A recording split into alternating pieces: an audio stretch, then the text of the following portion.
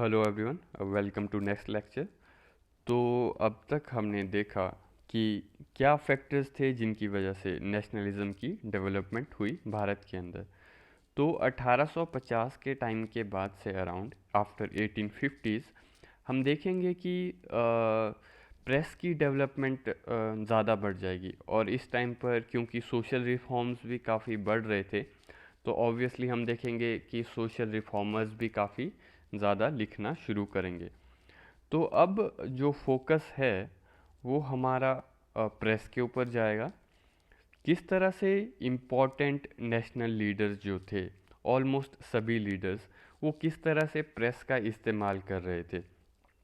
Press जो है, it was one of the factors which led to development of press. मतलब कि जो नेशनल लीडर्स थे, उनके द्वारा जो चीज़ें लिखी गई, जो आर्टिकल्स लिखे जाते थे या न्यूज़पेपर पब्लिश किए जाते थे, तो they were one of the important factors which led to development of press.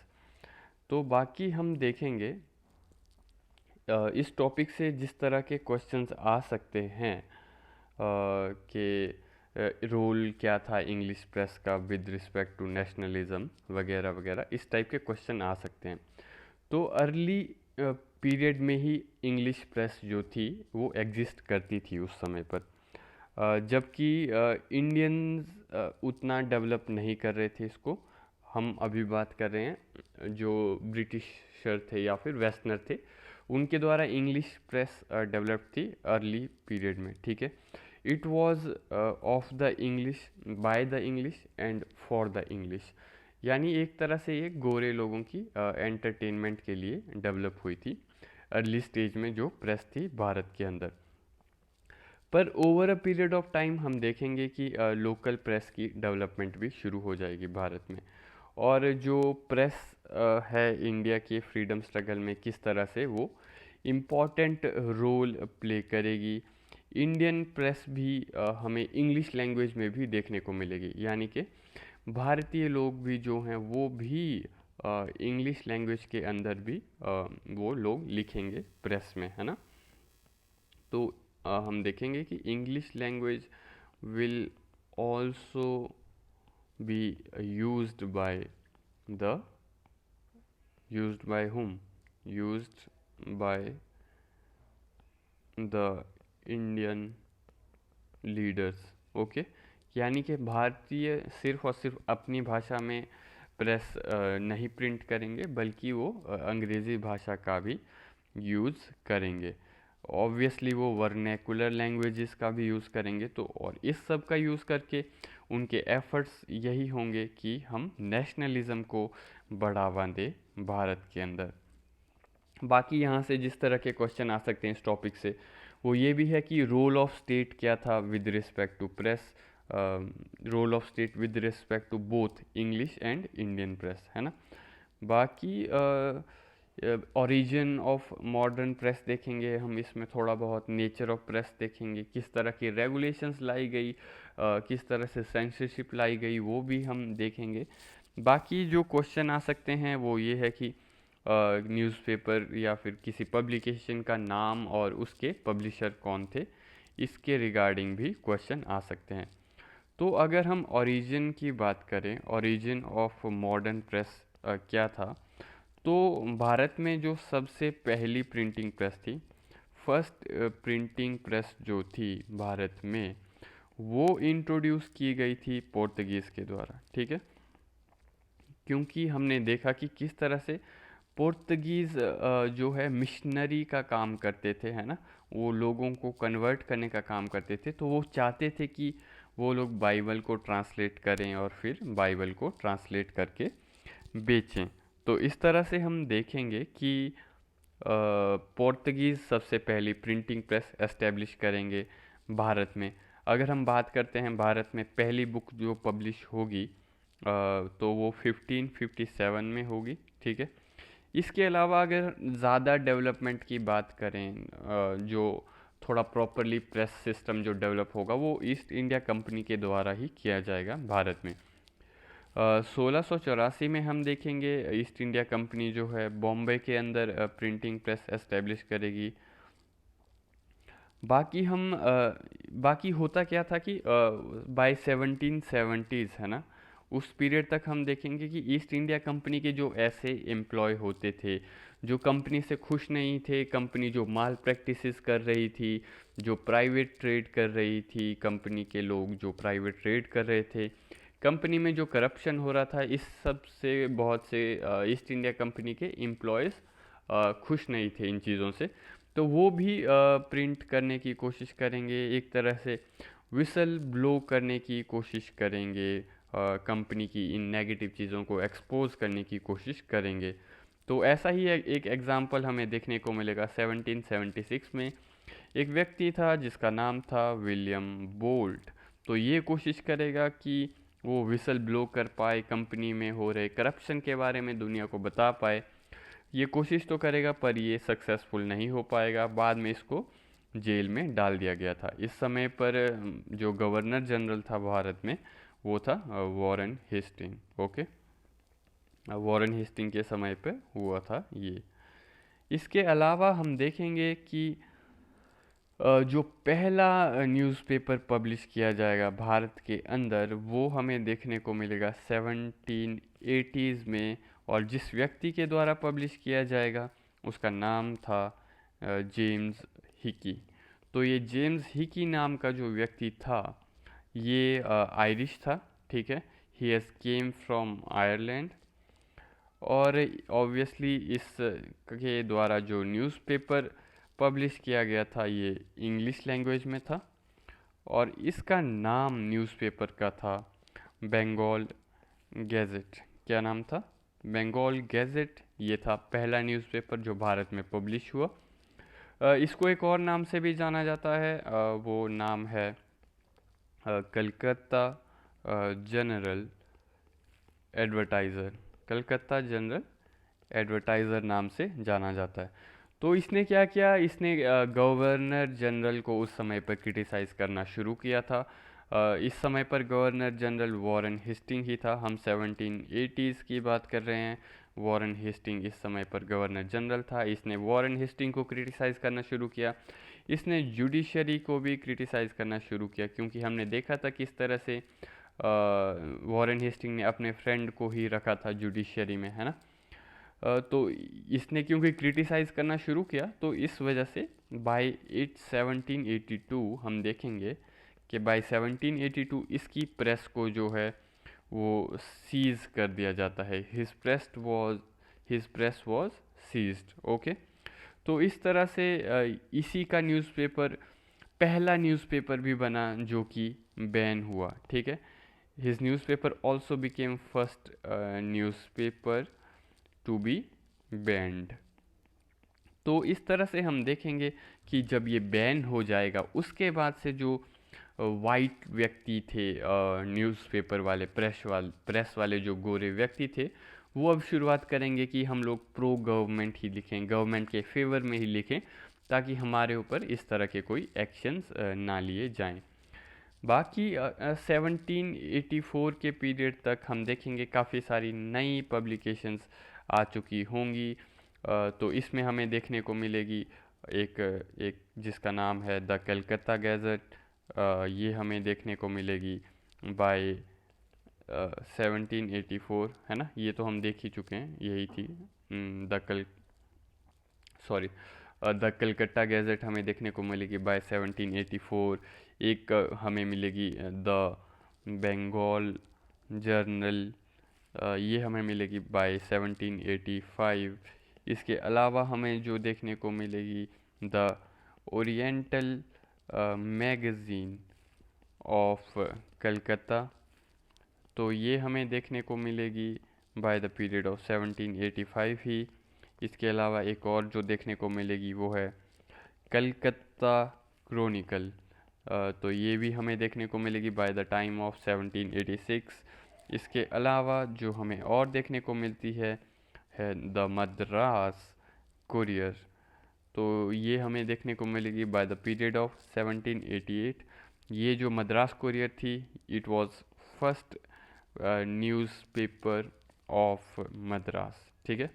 It was first newspaper of Madras. इसके अलावा हमें जो देखने को मिलेगा इस पीरियड में एक है the Bombay Herald. The Bombay Herald, ये हमें 1789 के पीरियड तक मिलेगा, और ये भी जो है it was the first English newspaper of Bombay. ठीक है, first English newspaper of Bombay. तो इसके अलावा एक और न्यूज़पेपर भी आता था जिसका नाम था इंडिया गैजेट। ये जो न्यूज़पेपर था India Gazette, it was linked to Henry Vivian Derozio. ठीक है, हेनरी विवियन डेरिजियो से लिंक्ड था ये। ठीक है, तो इंडिया गैजेट था इसका नाम। हेनरी विवियन डेरिजियो हम पढ़ चुके हैं इसके बारे में, कौन था ये, सोशल रिफॉर्मर था, ये हम डिस्कस कर चुके हैं। तो इस पीरियड में क्या होगा कि जो गोरे व्यक्ति होंगे वो कोशिश करेंगे कि अथॉरिटीज़ के साथ उनका क्लैश ना हो। ये सब हमने जितने भी अभी देखे पब्लिकेशंस वगैरह, इनकी कोशिश यही होगी कि अथॉरिटीज़ के साथ ज़्यादा क्लैश ना हो। साथ ही साथ इन सब की जो ये न्यूज़पेपर्स हैं इनकी सर्कुलेशंस काफ़ी लिमिटेड हुआ करती थी। ज़्यादा ईस्ट इंडिया कंपनी के ऑफिशियल्स ही होते थे इन सब को पढ़ने वाले, है ना। इंग्लिश लैंग्वेज ऑब्वियसली भारतीयों के बीच तो उतनी ज़्यादा स्प्रेड हुई नहीं थी उस समय पर, तो इनकी सर्कुलेशन में ज़्यादा से ज़्यादा 100-500 कॉपीज़ होती थी, ज़्यादा कुछ नहीं। उतनी ज़्यादा लेवल पर इनकी सर्कुलेशन नहीं होती थी। तो इंग्लिश मीडियम प्रेस जो है वो 1890s के पीरियड तक हम देखेंगे काफ़ी हद तक डेवलप हो जाएगी इंग्लिश मीडियम की press.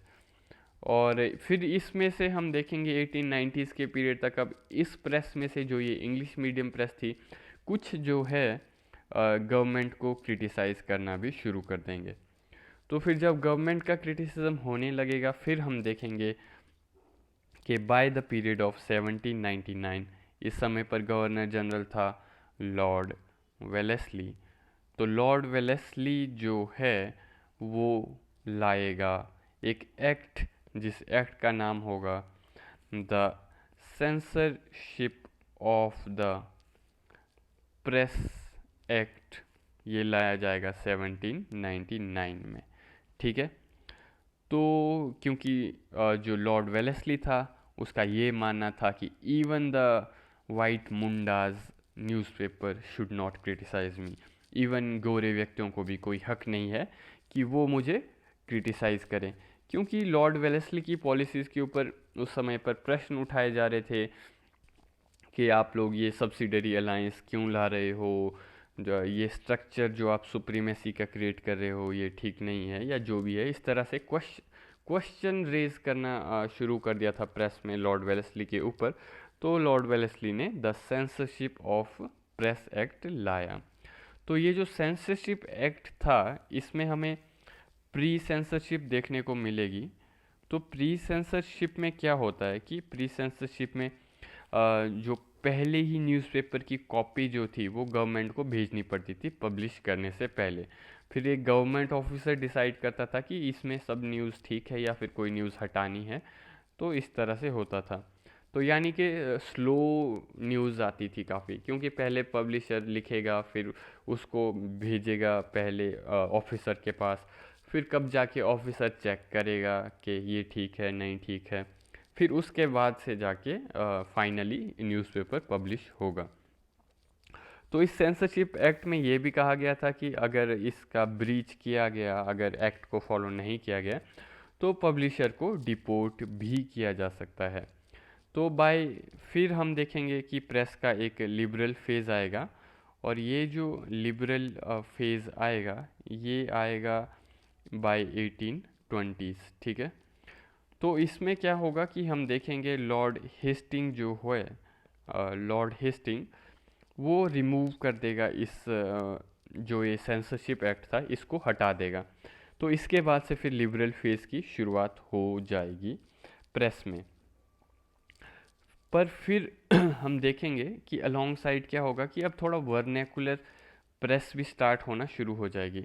By the period of 1818 हम देखेंगे पहला वर्नैकुलर न्यूज़पेपर भारत के अंदर जो पब्लिश होगा, पहला वर्नैकुलर न्यूज़पेपर। तो इसका नाम था समाचार दर्शन। क्या नाम था? समाचार दर्शन। और ये पब्लिश हुआ था बंगाली लैंग्वेज में। किस में? बंगाली लैंग्वेज में। तो इसको स्टार्ट किया था एक मिशनरी ने जिसका नाम था विलियम कैरे। और विलियम कैरे के साथ साथ एक और व्यक्ति था जिसका नाम था जोशुआ मर्शमन। जोशुआ मर्शमन। तो विलियम कैरी के बारे में हम देख चुके हैं। ये एक मिशनरी था, ये श्री रामपुर में रहता था, है ना। इसने बंगाली राम मोहन रॉय से सीखी थी, क्योंकि इनका एक्सचेंज था, इसका और राम मोहन रॉय का आपस में। ये राम मोहन रॉय को इंग्लिश सिखाता था और खुद ने इसने राम मोहन रॉय से बंगाली सीखी थी। इसके अलावा एक और न्यूज़पेपर जो हमें देखने को मिलता है इस पीरियड में, 1818 के पीरियड में, उस न्यूज़पेपर का नाम है बंगाल गैजेट। और ऑल्सो एक और न्यूज़पेपर, एक बंगाली न्यूज़पेपर इस पीरियड में जिसका नाम है संवाद कौमुदी। मैं पुरानी क्लासेस में भी बता चुका हूँ संवाद कौमुदी के बारे में। ये एक बंगाली न्यूज़पेपर था और इसको पब्लिश किया जाता था राम मोहन रॉय के द्वारा। राम मोहन रॉय का हमें एक और पर्शियन अखबार भी देखने को मिलता है। इस पर्शियन न्यूज़पेपर का नाम था मिरात उल अकबर। ठीक है, मिरात उल अकबर नाम का। किस लैंग्वेज में था ये? पर्शियन लैंग्वेज में था। तो हुआ ये कि राम मोहन रॉय ने क्रिटिसाइज़ किया था गवर्नमेंट को अपने इस न्यूज़पेपर में, मिरात उल अखबार में। ठीक है, और इस समय पर जो गवर्नर था भारत में वो था जॉन एडम्स। तो जॉन एडम्स जो है इस समय पर एक नया एक्ट लाता है और इस एक्ट का नाम था लाइसेंसिंग रेगुलेशन एक्ट ऑफ 1823। क्या नाम था इसका? लाइसेंसिंग रेगुलेशन के लिए ये एक्ट लाता है 1823 में। कौन लाएगा? जॉन एडम्स लाएगा। ठीक है, क्योंकि बाय 1823 जॉन एडम्स होगा भारत का गवर्नर जनरल। तो ये जो लाइसेंसिंग रेगुलेशन था, इसमें जो चीज़ें इन्होंने इंट्रोड्यूस की या जो कंडीशंस रखी वो ये था कि हर एक जो पब्लिशर है उसको सबसे पहले लाइसेंस ऑब्टेन करना पड़ेगा पब्लिश करने के लिए। ठीक है, और अगर कुछ गड़बड़ करते हो तो 400 रुपीज़ की पेनल्टी रखी गई थी, साथ ही साथ इम्प्रिजनमेंट भी रखी गई थी। तो इस लाइसेंसिंग रेगुलेशन के अंडर क्या होता है, मिरात उल अखबार जो था वो बंद हो जाता है, वो शट डाउन हो जाता है इस लाइसेंसिंग रेगुलेशन के अंडर। ठीक है, और तो और हम देखेंगे कि कलकत्ता जर्नल जिसका पब्लिशर था, इसका नाम था जेम्स बकिंगम। ठीक है, जेम्स बकिंगम जो है इसको डिपोर्ट कर दिया जाता है इसी रेगुलेशन के अंडर। तो इस रेगुलेशन के अंडर हम देखेंगे कि जेम्स बकिंगम जो है उसको डिपोर्ट कर दिया जाएगा। तो वहीं इसके बाद दोबारा से हमें फिर से थोड़ा बहुत लिबरेशन पीरियड देखने को मिलता है। वो है बाय 1828 से लेकर 1835 का जो पीरियड था, क्योंकि इस समय पर जो गवर्नर जनरल थे भारत में, एक हमें इस समय पर विलियम बेंटिक देखने को मिलता है, और तो और इस समय पर हमें देखने को मिलेगा चार्ल्स मेटकाफ। ठीक है, यहाँ तक कि चार्ल्स मेटकाफ जो है इसको जाना जाता है as liberator of Indian press. He is known as liberator of Indian press. ठीक है, तो प्रेस एक्ट ऑफ 1835 लाया जाएगा। इसको मेटकाफ एक्ट भी कहते हैं। एक एक्ट आएगा जिस प्रेस एक्ट ऑफ 1835, इसको एक और नाम से जाना जाता है वो है मेटकाफ एक्ट। और इस एक्ट के द्वारा 1823 की जो ये रेगुलेशंस लाई गई थी उन रेगुलेशन को रिपील कर दिया गया था। देवर रिपील्ड और तो इस तरह से उनको रिपील कर दिया गया था, क्योंकि इन रेगुलेशंस में क्या होता था, काफ़ी ज़्यादा स्ट्रिक्ट थी ये रेगुलेशन, तो इनको वो कर दिया गया था रिपील। तो फिर हम देखेंगे इस लिबरेशन वाले पीरियड में नए पब्लिशर्स आना शुरू होंगे, है ना। वर्नैकुलर प्रेस का भी काफ़ी डेवलपमेंट होगा। तो बाकी हमने ये आपको बता दिया कि राम मोहन रॉय का जो पहला न्यूज़पेपर था उसका नाम था संवाद कौमुदी, जो कि बंगाली में आता था। इनका पर्शियन न्यूज़पेपर का नाम था मिरातुल अखबार, ये पर्शियन में आता था, है ना। बाकी एक पहला उर्दू न्यूज़पेपर इस पीरियड में ही हमें देखने को मिलेगा, फर्स्ट उर्दू न्यूज़पेपर। तो इसका नाम था जम इस let me right it again, इसका नाम था जमी ए जहम नुमा। जमी ए जहम नुमा ये पहला उर्दू न्यूज़पेपर था। और तो और न्यूज़पेपर हमें जो एक देखने को मिलेगा इस पीरियड में, उसका नाम है बंगदत्ता। ये जो है आपका इंग्लिश में भी पब्लिश होता था, बंगाली में भी होता था, पर्शियन में भी होता था, और तो और हिंदुस्तानी लैंग्वेज में भी होता था। तो ये चार चार लैंग्वेजेस में आपको देखने को मिलेगा बंगदत्ता। इसके अलावा हम देखेंगे कि राम मोहन रॉय और, है ना, राम मोहन रॉय और द्वारका नाथ टैगोर जो हैं, एक मिल करके पब्लिश करते थे न्यूज़पेपर, ठीक है। द्वारका नाथ टैगोर, द्वारकानाथ टैगोर जो हैं लीडर थे ज़मींदारी एसोसिएशन के, है ना। सोशल रिफॉर्म्स में भी इन्वॉल्व थे, हम देख चुके हैं इनके बारे में। तो राम मोहन रॉय और द्वारकानाथ टैगोर के द्वारा मिल करके पब्लिश किया गया था बॉम्बे समाचार नाम का एक न्यूज़पेपर। ये बॉम्बे समाचार जो था, ये आपका पहला गुजराती न्यूज़पेपर था। It was the first Gujarati newspaper, है ना। तो बाकी इस पीरियड में हमें एक और मराठी न्यूज़पेपर भी देखने को मिलता है। मराठी लैंग्वेज में जो हमें न्यूज़पेपर देखने को मिलेगा उसका नाम है दर्पण। तो दर्पण जो है पब्लिश किया जाता था बाल शास्त्री जाम्बेडकर के द्वारा। किसके द्वारा? इट वॉज पब्लिश्ड बाय बाल शास्त्री जाम्बेडकर, बाल शास्त्री जाम्बेडकर। तो इस पीरियड में हम फिर साथ ही साथ पॉलिटिकल ऑर्गेनाइजेशंस की डेवलपमेंट भी देखेंगे। फिर इन पॉलिटिकल ऑर्गेनाइजेशन के लीडर्स जो हैं वो प्रेस में लिखना भी शुरू करेंगे। तो बाय 1850s 1860s इस तरह से डेवलपमेंट होगी इंडियन प्रेस की। इंडियन प्रेस हमने देखा इस पीरियड में अब इंग्लिश में भी, इंग्लिश लैंग्वेज में भी लिखेंगे वो लोग, वर्नैकुलर लैंग्वेजेस में तो लिखते ही थे वो ऑब्वियसली, है ना। तो इंग्लिश और वर्नैकुलर दोनों में हम देखेंगे कि इंडियन प्रेस की डेवलपमेंट होगी, भारतीय लोग दोनों भाषाओं में लिखना शुरू करेंगे। तो ये हमने देखा कि किस तरह से चार्ल्स मेटकाफ के द्वारा जो एक्ट लाया जाता है उसके बाद से थोड़ी सी लिबरेशन आ गई थी प्रेस के अंदर।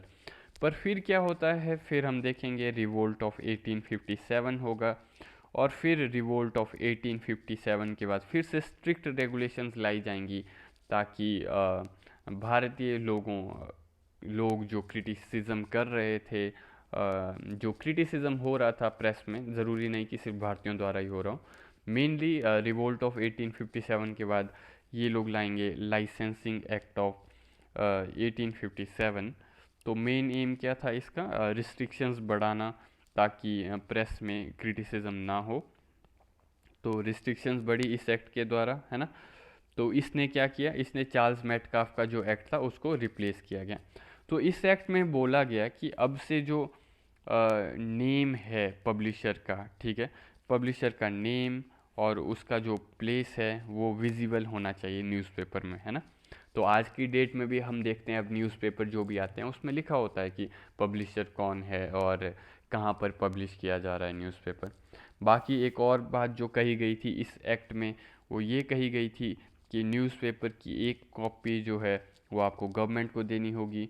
तो ये एक्ट हमें देखने को मिलेगा। बाकी इस एक्ट को अमेंड भी किया जाएगा फ्यूचर में कई बार, 1870 में, 1890 में, 1914 में भी, 1952 में भी, फिर 1953 में भी, इसमें कई अमेंडमेंट्स भी होंगी। इसके अलावा हम देखेंगे कि इस दौरान जो है इंडियन पीनल कोड का section 124A, IPC section 124, sorry ये मैं बाद में बताऊंगा, अभी इसको रहने देते हैं इस वाले पार्ट को। तो इस पीरियड में और भी कई न्यूज़पेपर डेवलप हो रहे थे भारतीयों के द्वारा।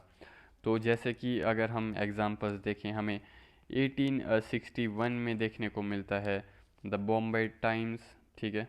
इसी का एक और नाम जो है वो है टाइम्स ऑफ इंडिया। तो ऑब्वियसली टाइम्स ऑफ इंडिया आज की डेट में भी आता है।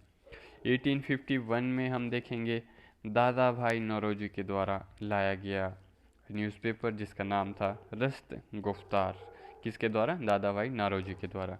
1853 में हम देखेंगे एक न्यूज़पेपर जिसका नाम है द हिंदू पैट्रियट, ठीक है। तो ये जो है इंग्लिश में आता था, इंग्लिश लैंग्वेज में। इसी न्यूज़पेपर ने जो है इंडिगो रेबेलियन के बारे में भी लिखा था। इसके पब्लिशर जो हैं हिंदू पैट्रियट के, इसके पब्लिशर थे गिरीश चंद्र घोष और इनके साथ हरीश चंद्र मुखर्जी, ठीक है। गिरीश चंद्र घोष और हरीश चंद्र मुखर्जी इसके पब्लिशर थे।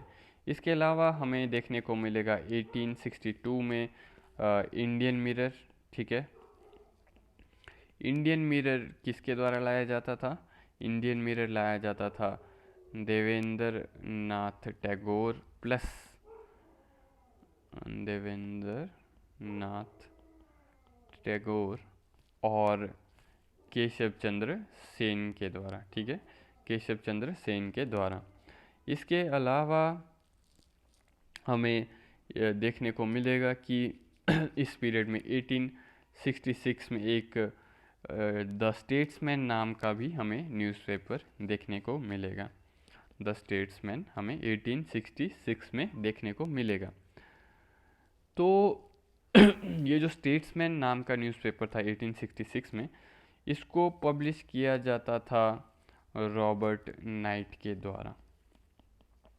रॉबर्ट नाइट के द्वारा। इसके अलावा हमें देखने को मिलेगी 1868 में अमृता बाज़ार पत्रिका, ठीक है। अमृता बाज़ार पत्रिका। तो अमृता बाज़ार पत्रिका जो है इसको पब्लिश किया जाता था शिशिर कुमार घोष के द्वारा। शिशिर कुमार घोष के द्वारा इसको पब्लिश किया जाता था। तो हमने देखा किस तरह से डेवलपमेंट हो रही है वर्नैकुलर न्यूज़पेपर्स की भी इस पीरियड में, क्योंकि इस पीरियड में जो है सोशल रिफॉर्म्स हो रहे थे और सोशल रिफॉर्म्स की वजह से एजुकेशन में भी हम देख रहे थे कि बढ़ोतरी हो रही थी। तो एजुकेशन बढ़ेगी तो ऑब्वियसली न्यूज़पेपर पढ़ने वाले लोग भी बढ़ेंगे, तो न्यूज़पेपर पढ़ने वाले लोग भी बढ़ेंगे तो और ज़्यादा वर्नैकुलर लैंग्वेजेस की डेवलपमेंट होगी न्यूज़पेपर की। तो इस तरह से देखेंगे हम कि ये एक साइकिल बन रही है। न्यूज़पेपर वर्नैकुलर न्यूज़पेपर जो थे उनकी डेवलपमेंट ईस्ट में भी देखने को मिलेगी, वेस्ट में भी, नॉर्थ में भी, साउथ में भी। पूरे इंडिया में हमें उनकी डेवलपमेंट देखने को मिलेगी वर्नैकुलर लैंग्वेजेस की। तो ये जो वर्नैकुलर लैंग्वेजेस के न्यूज़पेपर होते थे इस पीरियड में, है ना।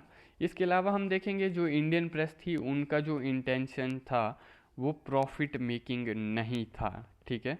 प्रॉफिट उनका इंटेंशन नहीं था, उनका इंटेंशन था नेशनल सर्विस करना। उनका इंटेंशन था कि ब्रिटिश रूल से रिलेटेड जो इश्यूज़ हैं उनको हमें जन जन तक पहुंचाना है। हमें अपने न्यूज़पेपर की कवरेज गाँव में, शहरों में भी करनी है। इसके अलावा जो डिस्कशंस होती थी न्यूज़पेपर से रिलेटेड वो पब्लिक लाइब्रेरीज़ में भी की जाती थी लोकल लोगों के द्वारा। बाकी न्यूज़पेपर जो थे ये गवर्नमेंट एक्ट्स को क्रिटिसाइज़ करते थे, पॉलिसीज़ को क्रिटिसाइज़ करते थे। और तो और एडिटर्स के द्वारा कई टॉपिक्स पर लिखा जाता था अपना नाम यूज़ किए बिना, जो कंट्रोवर्शियल टॉपिक्स थे उन पर भी कई लोग लिखते थे बिना अपना नाम इस्तेमाल किए। तो गवर्नमेंट के अगेंस्ट जो राइटिंग्स लिखी जाती थी, तो उसकी वजह से जो है फिर लोगों के अंदर नेशनलिज्म की फीलिंग भी डेवलप होगी धीरे धीरे। और तो और बहुत से न्यूज़पेपर में यहाँ तक कि आयरिश लीडर्स जो होते थे, आयरिश लीडर्स, उनके भी कोट्स लिखे जाते थे। ठीक है, आयरिश लीडर्स के, क्योंकि आपको पता होगा तो आयरलैंड जो है वो अपनी इंडिपेंडेंस भी चाहता था ब्रिटेन से, तो इसलिए आयरिश लीडर्स के भी कोट्स लिखे जाते थे कई न्यूज़पेपर में। तो अगर हम बात करें फिर इसके अगेंस्ट अब क्या रिएक्शन आएगा गवर्नमेंट का, तो the reaction of government against this, तो हमें देखने को मिलेगा कि 1876 के पीरियड में लिटन आएगा। ठीक है, 1876 पीरियड में, इस पीरियड में हमें लिटन देखने को मिलेगा। तो लिटन ने सेकंड अफ़गान वॉर की थी, है ना, वो आया, उसने सिविल सर्विसेज की एज भी कम करके 19 साल कर दी थी, ये हम देख चुके हैं। इसके अलावा लिटन जो है एक स्टैट्यूटरी सिविल सर्विस नाम की बॉडी बनाएगा। He will create something called statutory civil services.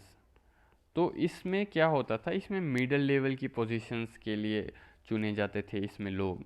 तो मिडिल लेवल की जो पोजीशंस होती थी इसमें ये लोग लॉयल इंडियंस को अपॉइंट करते थे, है ना।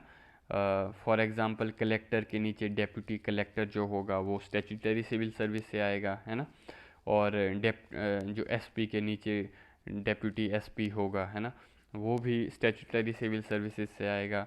तहसीलदार के नीचे जो नायब तहसीलदार होगा वो भी स्टैट्यूटरी सिविल सर्विसेज से आएगा। तो इस तरह से इन पोजीशंस पर ये लोग अपने लॉयल लोगों को डालते थे, लॉयल इंडियंस को इन पोजीशंस पर ये लोग रखते थे। और तो और हम देखेंगे इसके इस पीरियड में काफ़ी बड़ा फेमाइन भी आया हुआ था, तो लोग मर रहे थे और गवर्नमेंट कुछ कर नहीं रही थी। यहाँ तक कि गवर्नमेंट को इसको लिटन को फेमाइन की तो कुछ पड़ी नहीं थी, बल्कि हम देखेंगे इसको अभी सेलिब्रेशन करने की लगी हुई थी। क्योंकि ये कह रहा था कि ब्रिटिश क्राउन ने जब टुक ओवर किया 1857 के बाद, है ना, 58 से जब टुक ओवर किया भारत में सत्ता को, तो इसकी भी कोई ऑफिशियल कोरोनेशन नहीं हुई थी, है ना। जब ब्रिटिश क्राउन ने टेक ओवर किया था इसकी कोई ऑफिशियल कोरोनेशन नहीं हुई थी। तो फिर ये क्या करता है, ये कहता है कि हम इसको सेलिब्रेट करें, हम जो है हम ऑर्गेनाइज करेंगे दिल्ली दरबार।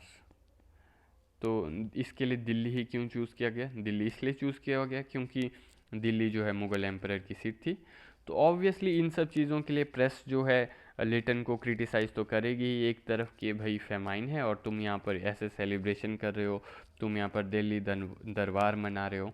तो फिर क्रिटिसिज्म के अगेंस्ट जो है फिर लिटन लाएगा 1878 में the vernacular press act.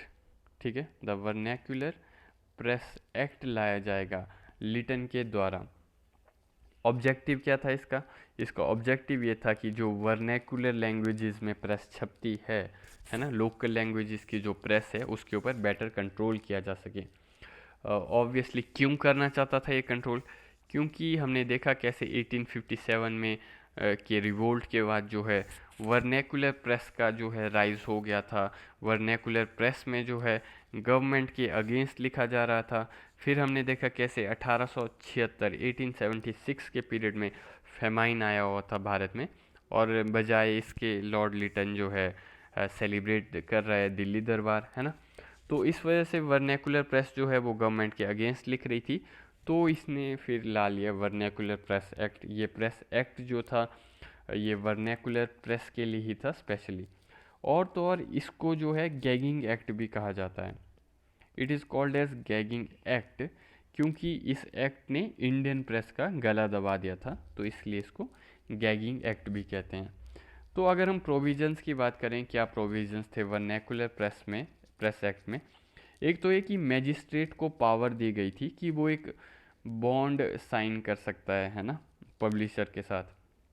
Publisher के साथ एक बॉन्ड साइन किया जाएगा कि आप जो है सरकार के खिलाफ कुछ भी पब्लिश नहीं करोगे, आप सरकार के खिलाफ पब्लिश नहीं कर सकते। ऐसा बॉन्ड साइन करने की पावर दी गई थी मैजिस्ट्रेट को। इसके अलावा you will have to deposit security bond, ठीक है, पैसे भी आपको एडवांस में जमा करने पड़ेंगे। शायद इसकी फ़ीस अराउंड 10,000 थी I guess, I am not 100% sure. ये आपको बाद में बुक्स में मिल जाएगी डिटेल अगर इम्पोर्टेंट होगी तो। बाकी एक अगर आपने कुछ उल्लंघन किया इसका तो आपके जो प्रीमाइसेस हैं, your premises will be confiscated. आपके प्रीमाइसेस यानी आपकी जो प्रॉपर्टी वगैरह है उसको कन्फिस्केट किया जाएगा, आपके इक्विपमेंट्स जो हैं उनको सीज कर दिया जाएगा। तो ये भी प्रोविज़न था इसमें वर्नैकुलर प्रेस एक्ट में। और तो और मैजिस्ट्रेट का जो फैसला होगा आपके अगेंस्ट वो फाइनल होगा। मैजिस्ट्रेट के फैसले के अगेंस्ट आप लोग जो है अपील नहीं कर सकते, ये भी कहा गया था इस एक्ट में। और ये जो एक्ट था वो इंग्लिश न्यूज़पेपर के ऊपर अप्लाइड नहीं था, ठीक है, ये सिर्फ और सिर्फ वर्नैकुलर न्यूज़पेपर के ऊपर अप्लाइड था। तो ये जो वर्नैकुलर प्रेस एक्ट था ये ऑब्वियसली डिस्क्रिमिनेटरी था, क्योंकि ये सिर्फ और सिर्फ वर्नैकुलर प्रेस या फिर हम कहें वर्नैकुलर न्यूज़पेपर के ऊपर जो है अप्लाई होता था, ठीक है। तो इस समय पर एक स्टोरी हुई जो हमने देखा थोड़ी देर पहले, अमृता बाज़ार पत्रिका जो थी, है ना, अमृता बाज़ार पत्रिका वो पहले बंगाली में आती थी। और इस एक्ट के पास होने के बाद ये लोग क्या करते हैं, ये रातों रात फिर इंग्लिश में प्रिंट कर देते हैं वही न्यूज़ को, है ना, क्योंकि जो इन्होंने क्रिटिसिज्म पहले बंगाली में करना था अब वो इंग्लिश में क्रिटिसाइज़ करेंगे, क्योंकि ऑब्वियसली इंग्लिश लैंग्वेज के न्यूज़पेपर के ऊपर ये एक्ट अप्लाइड नहीं था। तो फिर ये इंग्लिश में पब्लिश होना शुरू हो जाएगी अमृता बाज़ार पत्रिका। इसके अलावा अगर हम देखें कि कौन कौन से न्यूज़पेपर पर जो है इस वर्नैकुलर प्रेस एक्ट के अंडर प्रोसीडिंग्स हुई, है ना, तो उसमें हमें देखने को मिलता है, एक हमें देखने को मिलेगा द सोम प्रकाश, है ना, इसके ऊपर प्रोसीडिंग हुई इस एक्ट में, वर्नैकुलर प्रेस एक्ट में। एक हमें देखने को मिलेगा द भारत मिहिर, ठीक है, एक है द डेक्का प्रकाश, ठीक है, और एक हमें देखने को मिलेगा द समाचार। तो इनके ऊपर इस एक्ट के अंडर प्रोसीडिंग्स हुई। बाय 1882 हम देखेंगे कि ये जो एक्ट था इसको रिप्लेस किया गया लॉर्ड रिपन के द्वारा, ठीक है। बाय 1882 हम देखेंगे ये जो एक्ट है इसको रिप्लेस किया गया किसके द्वारा, रिपन के द्वारा, क्योंकि इसके अगेंस्ट काफ़ी ज़्यादा अपोजिशन होनी शुरू हो गई थी इस एक्ट के अगेंस्ट। साथ ही साथ रिपन ने क्या किया कि इसने कहा कि मैं तो अपने आप को ऐसा दिखाऊंगा कि मैं जैसे बहुत ही बड़ा प्रमोटर हूँ फ्री प्रेस का, है ना, जबकि यही रिपन ने जो है आनंद मठ जो बुक थी उसको बैन किया था, ठीक है। इसी रिपन ने एक और बुक थी देवी चौधरानी नाम की, उसको भी बैन किया था। तो जहाँ एक तरफ इसने दिखाने की कोशिश की कि मैं तो बहुत ही लिबरेटर हूँ प्रेस का, मैं फ्री प्रेस का सपोर्टर हूँ, वहीं दूसरी तरफ अगर इतना ही बड़ा ये सपोर्टर होता तो ये आनंद मठ को बैन थोड़ी ना करता, तो देवी चौधरानी को बैन थोड़ी ना करता, है ना। और ऑल्सो हम इसी रिपन ने हम देखेंगे कि ये कास्ट सेंसस की शुरुआत करेगा भारत के अंदर, ठीक है। बाकी हम देखेंगे रिपन को जो है काफ़ी ज़्यादा थोड़ा इंडियन सपोर्ट भी मिला था जब ये वापस भेजा जा रहा था इसको भारत से, इसकी टाइम पूरा होने के बाद भारत में। तो काफ़ी बंगाली मिडल इंटेलेक्चुअल क्लास के जो लोग थे काफ़ी उन्हें सपोर्ट किया था उसको, ठीक है। तो ये चीज़ हमें देखने को मिलती है रिपन के केस में। इसके अलावा और कई न्यूज़पेपर्स आना शुरू होंगे इस समय पर, जैसे कि 1878 में हमें देखने को मिलेगा द इलस्ट्रेटेड वीकली, ठीक है, ये बॉम्बे में पब्लिश होगा। इसके अलावा हमें देखने को मिलेगा 1888 में द कैपिटल नाम से कलकत्ता के अंदर। और फिर हमें 1878 में ही देखने को मिलेगा जो आप लोग शायद पढ़ते भी होंगे, द हिंदू, ठीक है। इसको पब्लिश किया गया था, स्टार्ट किया गया था जी सुब्रमण्यन अय्यर के द्वारा, ठीक है, जी सुब्रमण्यम अय्यर के द्वारा। तो जी सुब्रमण्यम की एक तमिल न्यूज़पेपर भी आता था इनका, इसका नाम था स्वदेशी मित्रान। क्या नाम था? स्वदेशी मित्रान। तो ये तमिल में था, स्वदेशी मित्रान। इसके अलावा हम देखेंगे कि द ट्रिब्यून की भी शुरुआत होगी 1881 में। ट्रिब्यून भी आज की डेट में आता ही है ना। द ट्रिब्यून की शुरुआत होगी 1881 में। इसको पब्लिश किया जाता था लाहौर से, और इसके जो पब्लिशर थे वो थे दयाल सिंह मजेठिया, ठीक है। इसको पब्लिश कहाँ से किया जाता था? इसको लाहौर से पब्लिश किया जाता था। तो हम देखेंगे कि कैसे 1750, तो हमने ये सब देखा, न्यूज़पेपर की डेवलपमेंट हो रही है काफ़ी। तो होगा ये कि 1770 से लेकर के 1857 के पीरियड तक हमने ऑलमोस्ट हर एक गवर्नर के बारे में पढ़ा, क्योंकि ये लोग जो है ब्रिटिश कॉन्क्वेस्ट का पार्ट थे, तो इसलिए इम्पोर्टेंट थे, तो इसलिए हमने सबको पढ़ा। पर अब हम देखेंगे 1857 के बाद से 1947 तक हम सिर्फ इम्पोर्टेंट जो वॉइसरॉय होंगे उनको ही पढ़ेंगे, हम सबको नहीं पढ़ेंगे, ओके। तो इसके अलावा कुछ चीज़ें, जैसे आपको एक ये होगा कि 1883 में हम देखेंगे सुरेंद्र नाथ बनर्जी को जो है, एस.एन. बनर्जी, सुरेंद्र नाथ बनर्जी को अरेस्ट किया जाएगा सरकार के द्वारा। तो सुरेंद्र नाथ बनर्जी जो हैं, इनकी ऑर्गेनाइजेशन थी एक इंडियन एसोसिएशन नाम की, है ना। तो इंडियन एसोसिएशन नाम की इनकी एक ऑर्गेनाइजेशन भी थी। तो इनको इसलिए जेल में भेजा जाएगा क्योंकि इन्होंने अपने न्यूज़पेपर जो इनका आता था, जिसका नाम था बंगाली, इस न्यूज़पेपर में इन्होंने जुडिशरी को क्रिटिसाइज़ किया था, ठीक है।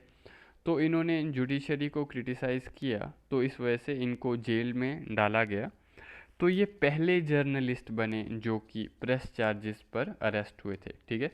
He was the first journalist to be arrested on the press charges. इसके अलावा भविष्य में हम देखेंगे बाल गंगाधर तिलक भी सरकार के अगेंस्ट लिखेंगे, वो भी अरेस्ट होंगे, है ना।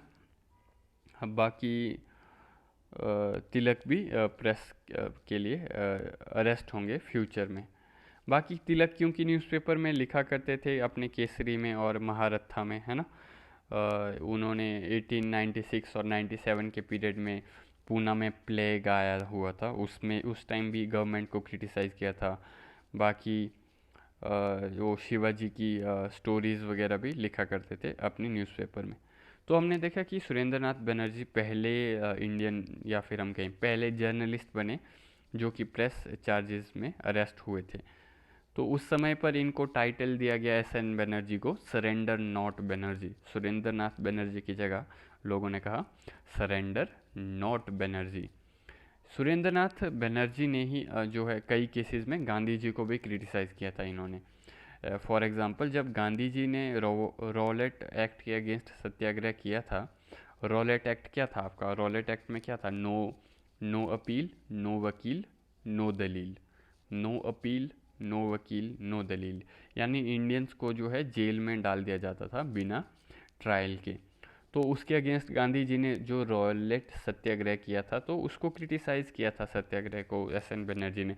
इन्होंने कहा था कि हर छोटी बात पे पब्लिक को तुम रोड पे मत लाया करो, डायरेक्टली अलग तरीके से लड़ो और सरकार से बात करो, अपील करो या उस तरीके से लड़ो, है ना। तो इस तरह से, है ना, तो ये सब चीज़ें हो रही थी, डेवलपमेंट हो रही थी। तो 1876 और 1880 के पीरियड में हम देखेंगे भारत में पहला फेमाइन आया था लगभग। इसके अलावा एक और फेमाइन आया था 1896 और 97 के पीरियड में, और फिर दोबारा से आया था 99 से 1900 के पीरियड में, ठीक है। तो फेमाइन आया था, बीमारियां भी फैल रही थी, है ना। फेमाइन था, प्लेग भी फैल रहा था। तो इसमें फिर प्रेस एक्टिव हो गई, क्रिटिसाइज़ करने लगी सरकारों को, है ना। तो ड्यूरिंग द सेकेंड फेमाइन जो 1896-97 वाला था, तो इस पीरियड में जो है ये लोग लाएंगे इंडियन पीनल कोड के अंदर सेक्शन 124 ए इंट्रोड्यूस करेंगे, है ना। सेक्शन 124 ए किस लिए होता है? सेडिशन के लिए होता है। सेडिशन मतलब राजद्रोह के लिए होता है ना। तो ये इंट्रोड्यूस करेंगे इस समय पर, सेक्शन 124 ए इंट्रोड्यूस करेंगे इंडियन पीनल कोड के अंदर, ताकि ये प्रेस को कंट्रोल कर सकें। तो यानी कि डिसेंट को जो है दबाने की कोशिश की गई। किसको दबाने की कोशिश की गई? डिसेंट को दबाने की कोशिश की गई। फिर बाकी हम देखेंगे अब 1900 से लेकर के 1947 का जो पीरियड होगा, ये इंडियन जो प्रेस है उसका पीक पीरियड होगा। इस समय पर जो है इंग्लिश लैंग्वेजेस में भी आएंगी प्रेस, और तो और वर्नैकुलर लैंग्वेज में भी आएंगी, ठीक है। वर्नैकुलर लैंग्वेजेस में भी हमें देखने को मिलेंगी। तो क्योंकि अलग अलग लोग पब्लिश करते थे, कांग्रेस लीडर्स भी पब्लिश करते थे, बाकी लीडर्स भी पब्लिश करते थे, रेवोल्यूशनरीज भी पब्लिश करते थे। फॉर एग्जांपल युगांतर नाम का न्यूज़पेपर हमें देखने को मिलेगा, ठीक है। युगांतर नाम का न्यूज़पेपर ये पब्लिश किया जाएगा अनुशीलन समिति के द्वारा।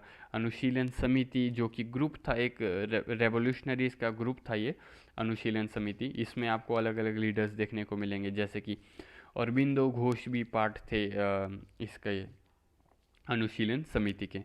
इसके अलावा हम देखेंगे गदर नाम का भी एक न्यूज़पेपर आता था रेवोल्यूशनरीज का, है ना, गदर नाम का। इसके अलावा हम देखेंगे तलवार नाम का भी एक आता था न्यूज़पेपर। तलवार जो था वो पब्लिश किया जाता था मैडम बीकाजी कामा के द्वारा और वीरेंद्र नाथ चट्टोपाध्याय के द्वारा, ठीक है। किसके द्वारा पब्लिश किया जाता था तलवार? एक तो किया जाता था मैडम बीकाजी कामा और वीरेंद्र नाथ चट्टोपाध्याय के द्वारा पब्लिश किया जाता था। ये वीरेंद्र नाथ चट्टोपाध्याय जो थे ये सरोजिनी नायडू के ब्रदर थे। ये किसके ब्रदर? सरोजिनी नायडू के।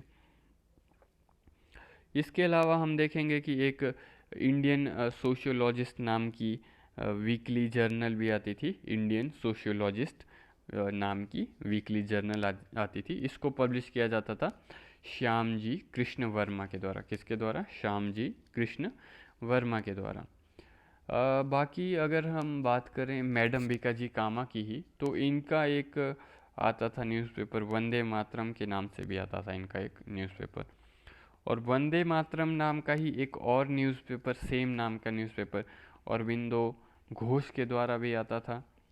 तो आप देखोगे आपको ऐसे कई कॉमन नाम भी मिलेंगे कि सेम नाम के ही अलग अलग न्यूज़पेपर अलग अलग रीजन में पब्लिश होते हों, ऐसा भी आपको कई जगहों पर देखने को मिलेगा। बाकी फिर हम देखेंगे बाय द पीरियड ऑफ 1905 स्वदेशी मूवमेंट की शुरुआत होगी, और तो और इस पीरियड में जो है कांग्रेस के अंदर एक्सट्रीमिस्ट भी हमें देखने को मिलेंगे। तो फिर से प्रेस को कंट्रोल करने के लिए बाय 1908 इनके द्वारा लाया जाएगा न्यूज़पेपर एक्ट, ठीक है। न्यूज़पेपर एक्ट लाया जाएगा इनके द्वारा 1908 में। क्यों लाया जाएगा? फिर से प्रेस को कंट्रोल करने के लिए, है ना। फिर दोबारा से 1910 में भी ये लोग लाएंगे इंडियन प्रेस एक्ट। 1910 में भी लाएंगे इंडियन प्रेस एक्ट। तो इंडियन प्रेस एक्ट में क्या करते हैं ये लोग एक तरह से जो लिटन का एक्ट था ना उसको रिवाइव कर देंगे। एक तरह से लिटन के एक्ट को रिवाइव कर देंगे। अब जो है ये रजिस्ट्रेशन फ़ीस को बढ़ा देंगे, 500 से 2000 कर देंगे रजिस्ट्रेशन फ़ीस को, है ना। फ़ाइन को भी जो पहले शायद 1000 था इसको बढ़ा के 10,000 कर देंगे फ़ाइन को। और कस्टम अथॉरिटी को भी ज़्यादा पावर दे देंगे। तो कस्टम अथॉरिटी को ज़्यादा पावर दे देंगे और इम्पोर्ट ड्यूटी लगा देंगे प्रिंटिंग मशीन्स के ऊपर। तो प्रिंटिंग मशीन्स के ऊपर अगर ये लोग इम्पोर्ट ड्यूटी लगाएंगे तो उससे क्या होगा कि महंगा हो जाएगा पब्लिश करने। अगर किसी को भी न्यूज़पेपर पब्लिश करना है तो काफ़ी ज़्यादा पैसे इन्वेस्ट करने पड़ेंगे। तो न्यूज़पेपर जब चीज़ें महंगी होंगी तो ऑब्वियसली फिर आम लोगों तक आसानी से नहीं पहुंच पाएंगी। और फिर हम देखेंगे कि बाय 1914 जो है वर्ल्ड वॉर वन की शुरुआत होगी, है ना। बाय 1914 वर्ल्ड वॉर वन की शुरुआत होगी। और इस समय पर ये लोग लाएंगे डिफेंस ऑफ इंडिया रूल्स, ठीक है। तो डिफेंस ऑफ इंडिया रूल्स में ये लोग जो हैं फिर से प्रेस के राइट्स ले लेंगे। उसके अलावा एक और चीज़ जो आपको याद रखनी है, 1921 में एक प्रेस कमेटी बनती है, और ये जो प्रेस कमेटी बनती है ये बनेगी अंडर तेज बहादुर सप्रू के अंडर बनेगी। ये चीज़ याद रखनी है आपको। तो तेज बहादुर सप्रू क्या इंडियन ही लीडर थे, लिबरल थे, ये लिबरल लीडर। तो इन्होंने ब्रिटिशर्स को कहा देखो भाई तुम लोग जो है प्रेस को सप्रेस मत करो। इन्होंने अपनी इस कमेटी के थ्रू ये बात कही। तो फिर जो है हम देखेंगे इस तरह से डेवलपमेंट हो रहा था। बाकी इस समय पर रेवोल्यूशनरी एक्टिविटीज़ भी बढ़ रही थी, वो भी काफ़ी लिखते थे, है ना, पब्लिश करते थे। तो नेशनलिस्ट प्रेस का काफ़ी डेवलपमेंट हमें देखने को मिलेगा 1910 से लेकर के 1920 के पीरियड में काफ़ी डेवलपमेंट होगा। For example the Bombay Chronicle करके न्यूज़पेपर आता था जिसको पब्लिश किया जाता था फिरोज शाह मेहता के द्वारा। क्या नाम है? The Bombay Chronicle. तो बॉम्बे क्रॉनिकल किसके द्वारा पब्लिश किया जाता था? फिरोज शाह मेहता के द्वारा। फिरोज शाह मेहता मॉडरेट लीडर थे। ये इसी न्यूज़पेपर ने भविष्य में जो है गांधी को डिक्टेटर भी कहा था। इस जिस समय कहा था उस समय पर तक फिरोज शाह मेहता तो नहीं थे, उनकी मृत्यु हो चुकी थी, पर यही न्यूज़पेपर फ्यूचर में गांधी को डिक्टेटर भी कहेगा। बाकी इसमें हमें काफ़ी और चीज़ें देखने को मिलेंगी, है ना, जैसे कि द लीडर नाम की जो पब्लिकेशंस थी वो मदन मोहन मालवीय जी के द्वारा हमें देखने को मिलेगी, है ना। द लीडर किसके द्वारा है? ये है मदन मोहन मालवीय के द्वारा। इसके अलावा हमें देखने को मिलेंगे मद्रास स्टैंडर्ड, ठीक है, इसी का नाम न्यू इंडिया भी था, और कॉमनवेल, ठीक है, कॉमनवेल। तो ये जो है किसके द्वारा थे? ये पब्लिश किए जाते थे एनी बेसेंट के द्वारा, एनी बेसेंट के द्वारा। इसके अलावा हमें देखने को मिलेगा एक द सर्वेंट ऑफ इंडिया नाम से, द सर्वेंट ऑफ इंडिया, वो पब्लिश किया जाता था V.S. श्रीनिवासा के द्वारा। The servant of India by V.S. Srinivasa. और इसके अलावा द इंडिपेंडेंट नाम से हमें देखने को मिलेगा। द इंडिपेंडेंट जो है ये पब्लिश किया जाता था मोतीलाल नेहरू के द्वारा। मोतीलाल नेहरू जवाहरलाल नेहरू के पिता थे। ओके। इसके अलावा हिंदुस्तान टाइम्स भी हमें देखने को मिलेगा इस पीरियड में। तो हिंदुस्तान टाइम्स जो है इसको पब्लिश किया जाता था K.M. पन्नीकर के द्वारा। हिंदुस्तान टाइम्स आज की डेट में भी आता ही है ना, K.M. पन्नीकर के द्वारा पब्लिश किया जाता था हिंदुस्तान टाइम्स। फिर हम देखेंगे कि नेशनलिस्ट प्रेस इमर्ज हो रही है 1910 के बाद से, है ना, 1910 के पीरियड में भी, 20 के पीरियड में भी, 1930 तक हम देखेंगे नेशनलिस्ट प्रेस जो है वो इमर्ज होगी। फिर हम देखेंगे 1930s में जो है वो सिविल डिसओबीडियंस मूवमेंट आएगा, है ना, सिविल डिसओबीडियंस मूवमेंट आएगा 1930s में। तो फिर हम देखेंगे कि 1931 में अंग्रेज़ों के द्वारा लाया जाएगा द इंडियन प्रेस एक्ट। इसमें जो है इमरजेंसी पावर्स दी गई थी। तो क्यों दी गई थी ये इसलिए दी गई थी ताकि नेशनलिस्ट फीलिंग्स को सप्रेस किया जा सके, इसलिए ये एक्ट लाया गया इनके द्वारा ताकि ये लोग नेशनलिस्ट फीलिंग्स को सप्रेस करें। और फिर से हम देखेंगे 1939 से लेकर के 1945 के पीरियड में वर्ल्ड वॉर 2 की शुरुआत होगी, और दोबारा से ये लोग डिफेंस ऑफ इंडिया एक्ट लाएंगे। क्या लाएंगे? डिफेंस ऑफ इंडिया एक्ट लाएंगे। और फिर हम देखेंगे बाय 1947 जो है प्रेस इंक्वायरी एक्ट कमेटी बिठाई जाएगी आज़ादी के समय पर, है ना। 1947 में क्या बिठाई जाएगी? Press inquiry act committee. और इसको ड्यूटी दी गई थी कि आपको प्रेस से रिलेटेड लॉ बनाने हैं इंडिपेंडेंट इंडिया के लिए। प्रेस इंक्वायरी एक्ट कमेटी जो कि 1947 में बनाई गई थी, इसको ड्यूटी दी गई थी आपको प्रेस के रिलेटेड लॉज बनाने हैं इंडिपेंडेंट इंडिया के लिए। तो जैसा कि हम देखेंगे फिर कॉन्स्टिट्यूशन में हमें देखने को मिलता है हमारा आर्टिकल 19(2). तो इस आर्टिकल के अंडर फ्रीडम ऑफ प्रेस जो है वो इम्प्लिसिटली हमें देखने को मिलती है। ऑब्वियसली ये एक्सप्लिसिटली नहीं दी गई है, यहाँ पर हमें इम्प्लिसिटली हमें देखने को मिलती है फ्रीडम ऑफ प्रेस। और तो इस तरह से ये था हमारा प्रेस का टॉपिक। तो बाकी कुछ और न्यूज़पेपर जो हमें देखने को मिलेंगे, गांधी जी की जो पब्लिकेशंस थी, है ना। मैक्सिमम तो आपको बुक्स में इंफॉर्मेशन मिल ही जाएगी, मैंने यहाँ पे आपको कुछ कुछ बेसिक बता दिया है। बुक्स में आपको और भी ज़्यादा मिलेंगे कुछ न्यूज़पेपर्स, उनके पब्लिशर्स के नाम वगैरह, तो आप कोशिश कीजिएगा जितना याद कर सकते हो कर लें, उसके लिए आप मल्टीपल टाइम्स रिवाइज करना। तो गांधी जी की पब्लिकेशंस की हम बात करें तो एक इंडियन ओपिनियन नाम का एक थी इनकी पब्लिकेशन। ये साउथ अफ्रीका में पब्लिश करते थे, जब ये साउथ अफ्रीका में थे 1902 के पीरियड में, उस समय पर आता था ये इंडियन ओपिनियन। बाकी इनकी और पब्लिकेशंस जो थी, यंग इंडिया थी, नवजीवन थी और हरिजन भी थी, ठीक है। इसके अलावा फ्री प्रेस ऑफ इंडिया जो है एक नेशनल न्यूज़ एजेंसी बनाई गई थी, जिसको मैनेज किया जाता था एनी बेसेंट के द्वारा, M.R. जयकर के द्वारा।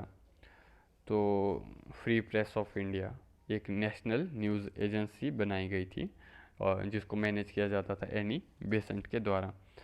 द डाउन हमें देखने को मिलेगा मोहम्मद अली जिन्ना के द्वारा, है ना। बाकी जवाहरलाल नेहरू जी का भी न्यूज़पेपर आता था जिसका नाम था नेशनल हेराल्ड। किसका आता था ये? जवाहरलाल नेहरू जी का न्यूज़पेपर आता था। तो अगर हम रोल ऑफ प्रेस की बात करें इंडियन नेशनल मूवमेंट के अंदर कि प्रेस का एग्जैक्टली रोल क्या रहा है, तो काफ़ी ज़्यादा इम्पॉर्टेंट रोल रहा है ना। इसने ये चीज़ काफ़ी हद तक प्रूव की थी कि pen is mightier than sword, है ना। Pen is mightier than sword काफ़ी इम्पोर्टेंट रहा रोल इंडियन प्रेस का इंडियन नेशनल मूवमेंट में। हमने देखा कि कैसे 1870 से लेकर के 1918 के पीरियड में जो हैं पावरफुल न्यूज़पेपर्स उभर के आएंगे जो कि इंडियन पब्लिक को जो है बताएंगे कि ब्रिटिशर्स क्या क्या क्रूएलिटी कर रहे हैं देश के अंदर। पोइम्स पब्लिश की जाएंगी, सॉन्ग्स पब्लिश किए जाएंगे देशभक्ति के, है ना, आर्टिकल्स पब्लिश किए जाएंगे। पूरे देश में क्या क्या एक्टिविटीज़ हो रही है नेशनल फ्रीडम के लिए फ्रीडम फाइटर्स के द्वारा, उसके बारे में लोगों को पता चलेगा। तो इस तरह से ये काफ़ी बड़ा चैलेंज था अंग्रेज़ों के लिए, तो इसीलिए तो अंग्रेज़ों ने इतनी कोशिश की थी बैन करने की, है ना, पब्लिशिंग को प्रोहिबिट करने की। तो काफ़ी ज़्यादा पॉलिटिकल टास्क किए जाते थे प्रेस के द्वारा, पॉलिटिकल प्रोपोगंडा फैलाया जाता था, एजुकेशन दी जाती थी मासेस को प्रेस के थ्रू, है ना। तो एक तरह से नेशनलिस्ट आइडियोलॉजी को प्रमोट किया जाता था। तो हमें देखने को मिलेगा इंडियन फ्रीडम मूवमेंट के बड़े बड़े जो लीडर्स थे वो भी एक तरह से लिखते थे अपना, है ना, जर्नलिज्म का काम वो भी करते थे। सोशल रिफॉर्म में भी बहुत इंपॉर्टेंट पार्ट प्ले करेगा ये जो है प्रिंट मीडिया आपका। सोशल इविल्स के बारे में लोगों को बताएगा, है ना, बोलेगा कि कास्ट सिस्टम बुरा है, चाइल्ड मैरिज बुरी है, विडो री मैरिज को हमें अलाउ करना चाहिए, है ना। सो हमें अपनी सोशल, लीगल और बाकी इनइक्वालिटीज़ को हटाना चाहिए, हमें वुमेंस को इक्वल राइट देने चाहिए, अनटचेबिलिटी को ख़त्म करना चाहिए।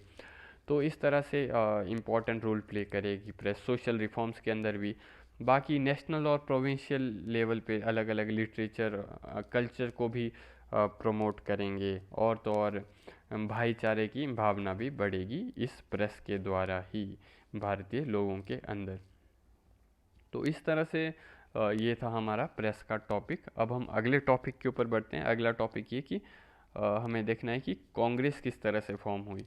तो कांग्रेस को फॉर्म होने अगर हमें देखना है, उससे पहले हमें कांग्रेस से बनी हुई कुछ ऑर्गेनाइजेशंस के बारे में भी देखना पड़ेगा। तो हम अगर बात करते हैं पूरे देश में नेशनल कॉन्शियसनेस कैसे शेप हुई, हमने देखा कि कैसे सोशल जो है वो रिफॉर्म्स होंगे, उनकी वजह से जो है एजुकेशन बढ़ेगी, फिर एजुकेशन से और नए नए आइडियाज़ सामने आने लगेंगे। जब नए नए आइडियाज़ सामने लाए जाएंगे लोगों के द्वारा, तो लोगों के द्वारा फिर पॉलिटिकल एसोसिएशंस बनने की शुरुआत भी होगी। तो ये जो पॉलिटिकल एसोसिएशंस बनेंगी, ये रीजनल लेवल्स पर बनेंगी, और धीरे धीरे फिर जो ये जब ये रीजनल लेवल की ऑर्गेनाइजेशन साथ आएंगी, तो ये कांग्रेस की फॉर्मेशन की तरफ हमें ले जाएंगी।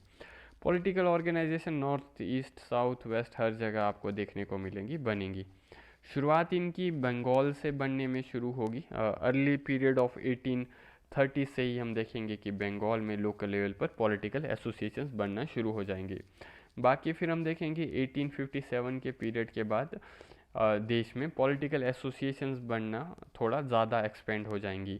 फिर ये पॉलिटिकल एसोसिएशन जो हैं वो पॉलिटिकल रिफॉर्म्स की डिमांड करेंगी। तो अगर हम बात करें किस तरह के क्वेश्चंस आ सकते हैं आपको इधर से, तो क्वेश्चंस आपको लीडर्स के नाम आ सकते हैं, है ना, उनकी एसोसिएशंस का नाम क्या था उसके रिगार्डिंग आपको क्वेश्चन आ सकते हैं। इनकी एसोसिएशंस की डिमांड क्या थी उसके रिगार्डिंग भी आपको क्वेश्चन आ सकते हैं। कौन से एरिया में ऑपरेट करते थे ये, इसके रिगार्डिंग भी आपको क्वेश्चन आ सकते हैं। तो जो लीडर्स हैं जो पॉलिटिकल एसोसिएशन बनाएंगे, तो हमें वो उनका काइंड ऑफ ऑलराउंडर रोल देखने को मिलेगा, ठीक है। अगर सपोज़ कोई लीडर है, ठीक है, तो वो सोशल रिफॉर्म भी कर रहा है, ठीक है, सोशल रिफॉर्म कर रहा है वो, साथ ही साथ वो अपना लिख भी रहा है प्रेस में, एजुकेशन भी दे रहा है, वो लोगों को एजुकेशन के लिए भी काम कर रहा है, और तो और वो पॉलिटिकल रिफॉर्म्स के लिए भी काम कर रहा है। तो काइंड ऑफ ऑलराउंडर रोल हमें देखने को मिलेगा यहाँ पर, मल्टीपल रोल। तो 1830 से लेकर 50s तक बहुत सारी ऑर्गेनाइजेशंस बनेंगी। मोस्ट ऑफ द ऑर्गेनाइजेशन इस पीरियड में जो होंगी वो पॉलिटिकल एलिट्स के द्वारा ही बनेंगी, यानी कि जैसे लैंडलॉर्ड पार्टी वगैरह हो गए जो, क्योंकि होता यह था कि पहले एजुकेशन इन्हीं लोगों को अवेलेबल थी, एजुकेटेड यही लोग थे। इंग्लिश एजुकेटेड इंडियन क्लास जो थी वो ये रिच लोग ही थे। तो ऑब्वियसली जो एजुकेटेड लोग हैं वही फिर पॉलिटिकल ऑर्गेनाइजेशंस भी बनाएंगे। तो अब हम अगर देखें पॉलिटिकल ऑर्गेनाइजेशंस बनने का शुरुआत, तो हमें 1828 में देखने को मिलेगी, द अकेडमिक एसोसिएशन, ठीक है, द अकेडमिक एसोसिएशन। ये बनेगी कलकत्ता में, और किसके द्वारा बनाई जाएगी, ये बनाई जाएगी राम मोहन रॉय के द्वारा। तो इस ये जो एकेडमिक एसोसिएशन थी, ये political social economic issues discuss करेगी। राम मोहन रॉय जो है वो हाईलाइट करेंगे फ्रेंच रेवोल्यूशन के बारे में भी, वो क्वेश्चन करेंगे कि क्यों पीजेंट्स की एक्सप्लॉयटेशन की जा रही है ज़मींदारों के द्वारा। फिर इसके बाद जो हमें देखने को मिलेगी 1836 में, वो है बंग भाषा प्रकाशिक सभा, ठीक है। ये जो बंग भाषा प्रकाशिक सभा थी, ये बनाई गई थी राम मोहन रॉय के फ्रेंड्स के द्वारा, क्योंकि वो लोग जो है वो राम मोहन रॉय की लेगेसी को कंटिन्यू रखना चाहते थे। ये राम मोहन रॉय की जब मृत्यु होगी 1833 में ब्रिस्टॉल में इंग्लैंड के अंदर, क्योंकि ये गए थे इंग्लैंड उस समय पर अकबर टू की पेंशन बढ़ाने के लिए। तो इनकी मृत्यु के बाद इनके जो फ्रेंड्स हैं वो इसको एस्टेब्लिश करेंगे, क्योंकि वो राम मोहन रॉय की लेगेसी को कंटिन्यू रखना चाहते थे। बाकी फिर हमें 1838 में देखने को मिलेगी society for acquisition of general knowledge, society for acquisition of general knowledge, ठीक है।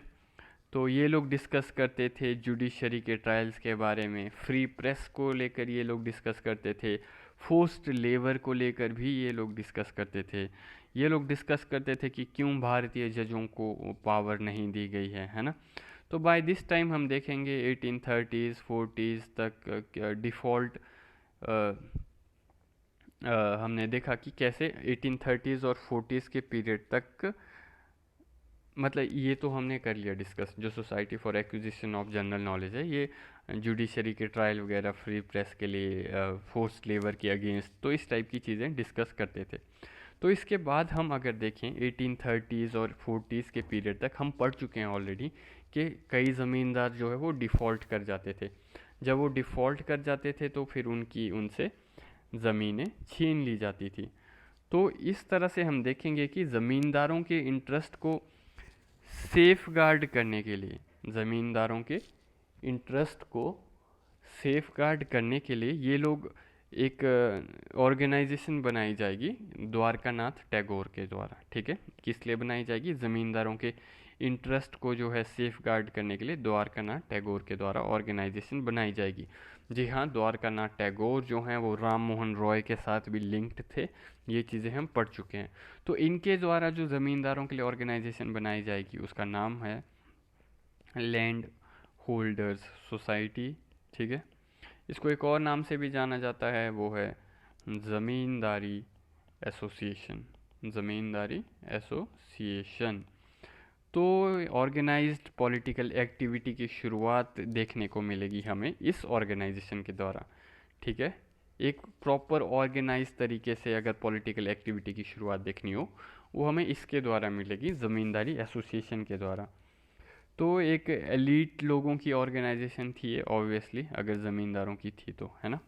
फिर हमें देखने को मिलेगी 1839 में एक लंदन के अंदर बनाई जाएगी ब्रिटिश इंडिया सोसाइटी। कहाँ पर बनाई जाएगी? ये बनाई जाएगी लंदन में। किसके द्वारा बनाई जाएगी? ये बनाई जाएगी विलियम एडम के द्वारा। William Adam.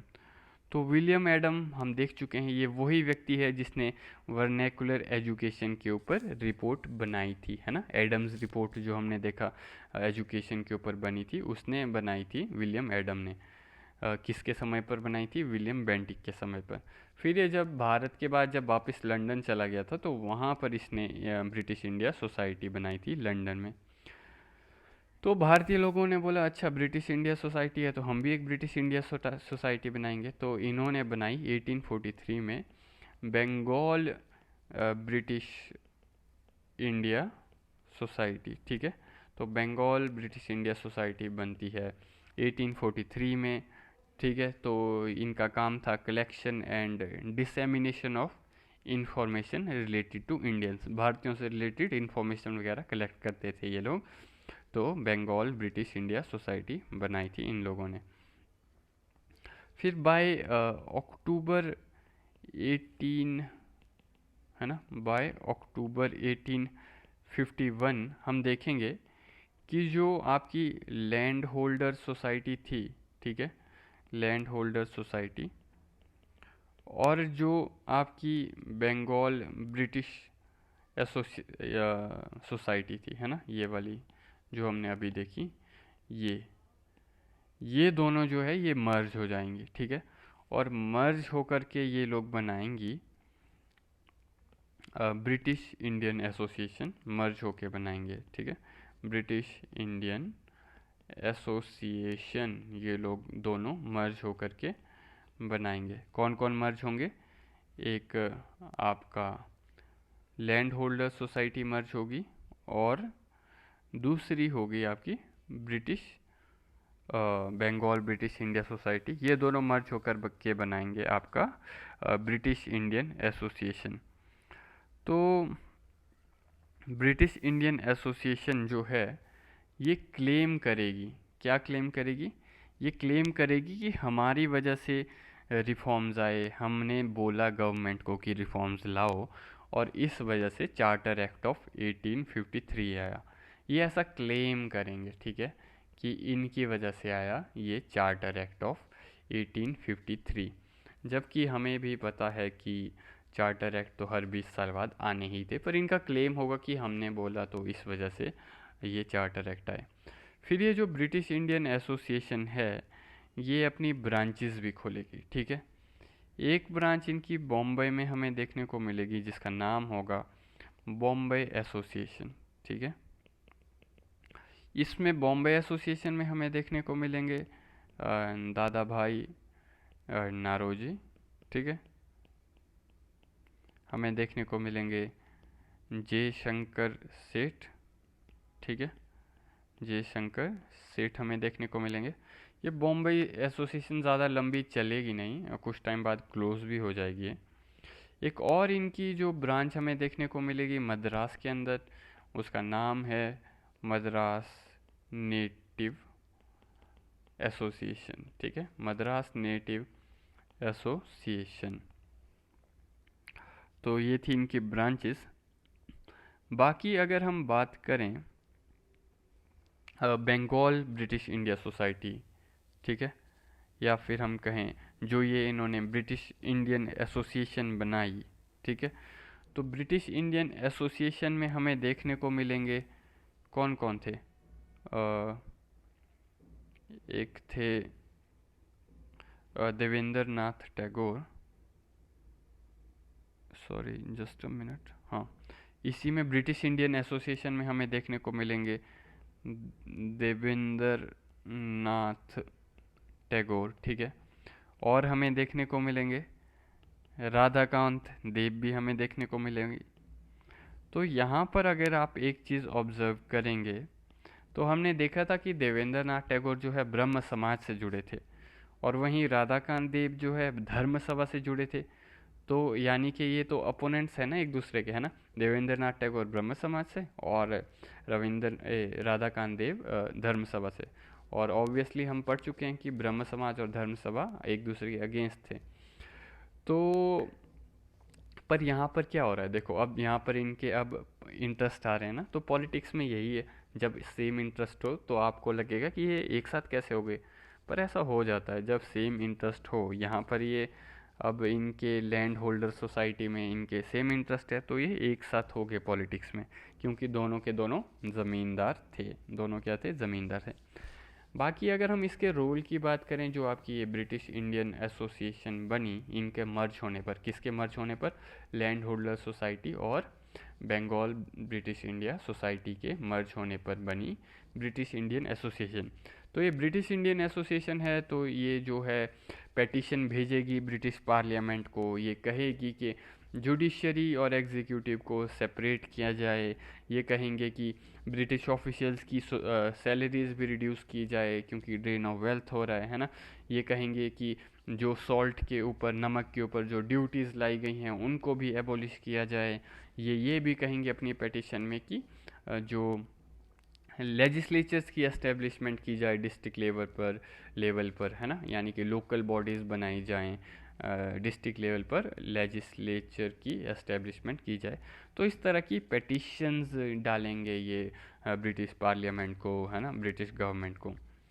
तो अब होता क्या है कि 1857 के रिवोल्ट के बाद, ठीक है, आफ्टर रिवोल्ट ऑफ 1857 कॉन्शियसनेस बढ़ जाती है लोगों में। 1857 के रिवोल्ट के बाद पॉलिटिकल कॉन्शियसनेस बढ़ जाती है, क्योंकि एजुकेशन भी फैल रही थी, प्रेस का जो है वो भी ग्रो हो रही थी, प्रेस भी ग्रो हो रही थी, तो पॉलिटिकल एसोसिएशंस भी फॉर्म हो रही थी। फॉरेन में भी हमें पॉलिटिकल एसोसिएशंस फॉर्म होती हुई दिखेंगी, जैसे कि एक हमें दिखेगी ईस्ट इंडियन एसोसिएशन नाम की एक पॉलिटिकल ऑर्गेनाइजेशन।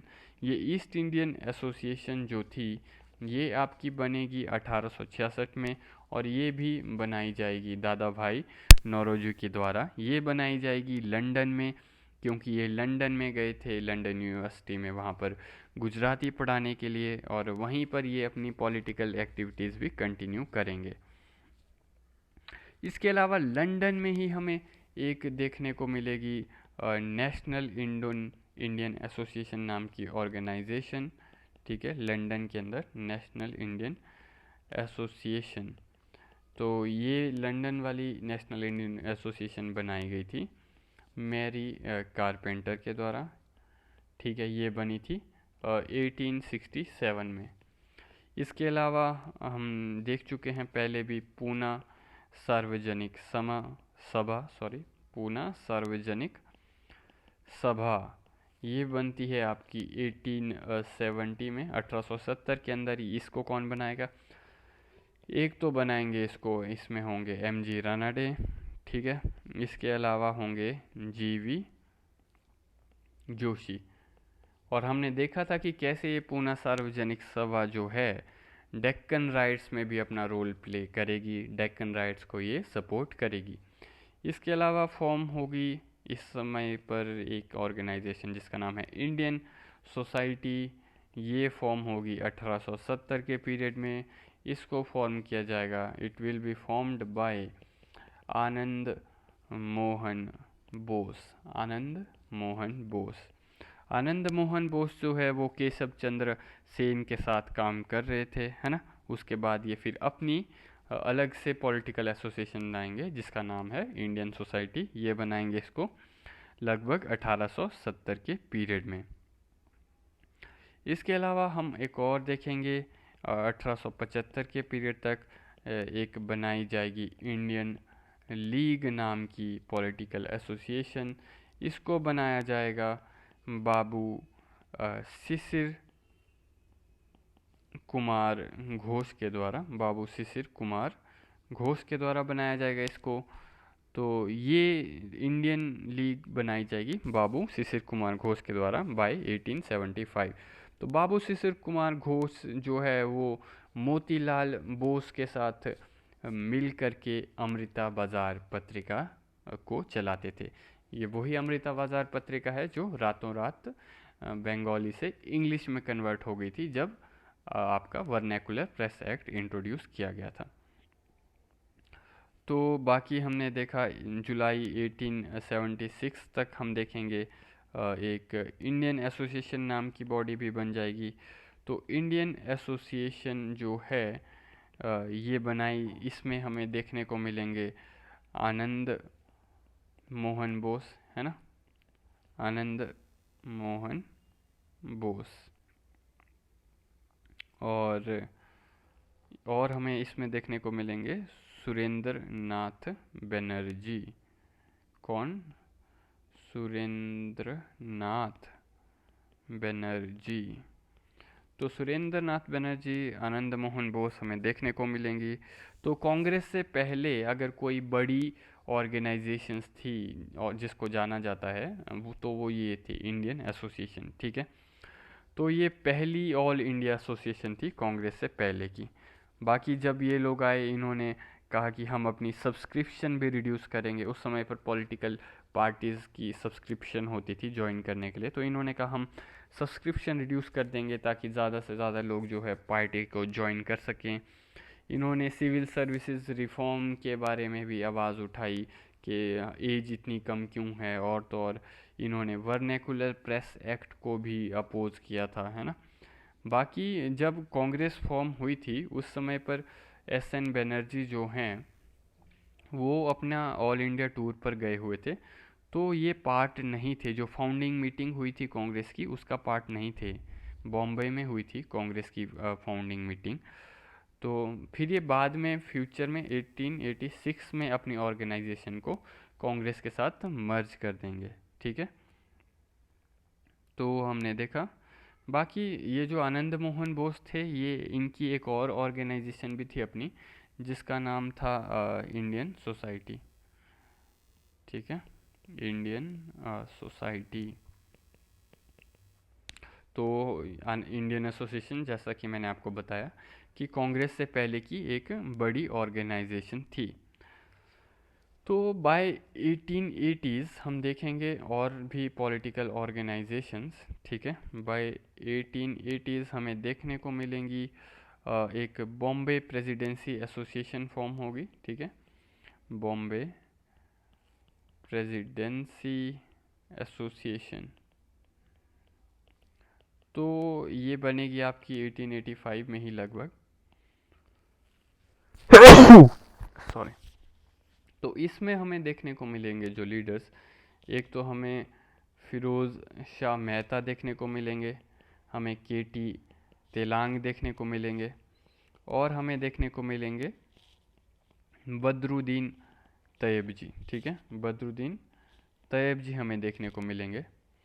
तो इन लोगों ने जो ये फिरोज़ शाह मेहता थे ना, ये तिलक के काफ़ी बड़े अपोज़र थे क्योंकि ये मॉडरेट थे और तिलक जो है एक्सट्रीमिस्ट थे, ओके। इसके अलावा एक और ऑर्गेनाइजेशन हमें देखने को मिलेगी वो है मद्रास महाजन सभा, मद्रास महाजन सभा, ये हमें 1884 के पीरियड में देखने को मिलेगी। इसमें हमें जो लीडर्स देखने को मिलेंगे वो एक है पी आनंदाचार्लू, और हमें देखने को मिलेंगे जी सुब्रमण्यन अय्यर। ये वही जी सुब्रमण्यम अय्यर है जो हमने थोड़ी देर पहले देखा कि हिंदू के पब्लिशर थे, द हिंदू के, ठीक है। और इनकी तमिल में भी आती थी न्यूज़पेपर, उसका नाम था स्वदेशी मित्रा। फिर मद्रास महाजन सभा की बात कर रहे हैं हम, इसमें हमें देखने को मिलेंगे पी आनंदाचार्लू, जी सुब्रमण्यम अय्यर और वीरार्घव चारी भी हमें इसमें देखने को मिलेंगे। तो ये सब ऑर्गेनाइजेशन जो हैं, रीजनल लीडर्स जो हैं, ये बहुत सारे इश्यूज उठाएंगे, सिविल सर्विसेज को लेकर के उठाएंगे, कॉटन के ऊपर जो टैरिफ थी उसको लेकर आवाज़ उठाएंगे, सॉल्ट ड्यूटी के अगेंस्ट बोलेंगे, सरकार की जो अफ़गान पॉलिसी थी उसके अगेंस्ट बोलेंगे, और आर्म्स एक्ट जो इंट्रोड्यूस किया गया था उसके भी अगेंस्ट बोलेंगे, प्रेस की लिबर्टी के लिए लोग बात करेंगे, इल्बर्ट बिल के टॉपिक पर भी ये लोग बात करेंगे। इनफैक्ट इस समय पर आपको काफ़ी सारी कुछ मतलब लेबर एसोसिएशंस भी देखने को मिलेंगी। फॉर एग्ज़ाम्पल इस समय पर फॉर्म हुई थी आपकी बॉम्बे लेबर एसोसिएशन फॉर्म हुई थी इस समय पर, बॉम्बे लेबर एसोसिएशन, है ना। बाकी आपको देखने को मिलेगी बॉम्बे मिल एसोसिएशन देखने को मिलेगी आपको 1880s में, ठीक है। 1880s में आपको देखने को मिलेगी बॉम्बे मिल एसोसिएशन। तो इसमें जो लीडर आपको देखने को मिलेंगे बॉम्बे मिल एसोसिएशन में वो हैं NM लोखंडे, ठीक है। NM लोखंडे आपको देखने को मिलेंगे, वो लेबर मूवमेंट के पायोनीर थे, और उस समय पर लेबर मूवमेंट के पायोनीर थे वो, और 1880s में वो फिर लेबर्स के इशू को लेकर के प्रश्न उठाएंगे।